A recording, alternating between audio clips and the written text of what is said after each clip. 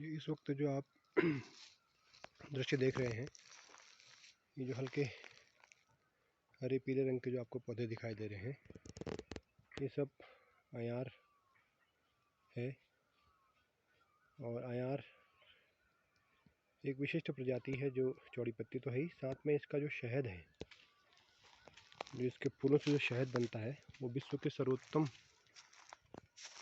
गुणवत्ता के शहदों में गिना जाता है। और ये जो आप परिदृश्य देख रहे हैं, ये केवल और केवल ANR का चमत्कार है। होने को तो जंगल विकसित करने के लिए बहुत सारे NGOs, इंडिविजुअल्स और सरकारी संस्थान पर्यावरण की पैरवी करते आए हैं और सालों से पौधारोपण हो रहा है।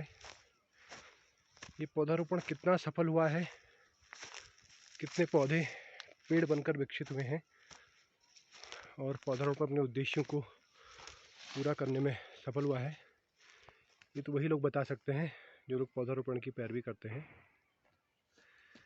लेकिन जो ये कुदरत का चमत्कार आप देख रहे हैं, इस खड़ी चट्टान में जहाँ पौधारोपण की सफलता पूरी तरह से असंभव है, यहाँ आप ये बुरांश देख सकते हैं जो एक चट्टान के नीचे से निकल के आ रहा है।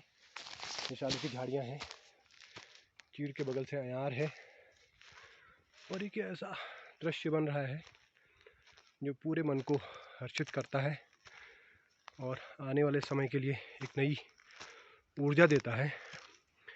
ये सारा दृश्य केवल ANR का चमत्कार है। वर्ष 2004-05 में जब स्याही देवी शीतला के क्षेत्र में जंगल बचाओ पानी बचाओ अभियान आरंभ हुआ और पूरे इलाके की मातृशक्ति ने, युवाओं ने वन विभाग के कंधे से कंधे मिलाकर लोगों से जंगलों को नुकसान रोकने की अपील की। उसके परिणाम हम भी नहीं सोचते थे कि इस तरह के आएंगे, लेकिन जब परमात्मा का हाथ हो और लोगों का साथ हो तो ये इस तरह का परिणाम देखने को मिलता है, जहाँ बाज, बुरास, उतीस, अयार और इनमें से जो 2 प्रजातियां हैं जो कि आप बहुतायत में इस जंगल में अब देख सकते हैं। आप ये बुरांस है, हमारा राज्य वृक्ष है और इस पेड़ को आप नर्सरी में नहीं उगा सकते हैं। देखिए, इसके अलावा ये अयार है। कभी अतीत में ये पूरा इन्हीं प्रजातियों का जंगल रहा था।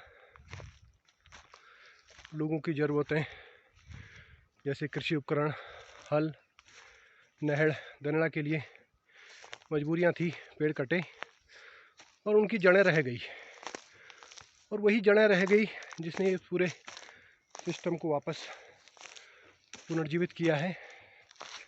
अब आप देख सकते हैं किस तरह से चट्टान के नीचे से जड़ से बुरांस वापस आ रहा है लौट के, और उन जड़ों ने एक नहीं, 2 नहीं, हजारों लाखों की संख्या में पूरे वन क्षेत्र को अवनत वन क्षेत्र से मिश्रित वन क्षेत्र में कन्वर्ट कर दिया है।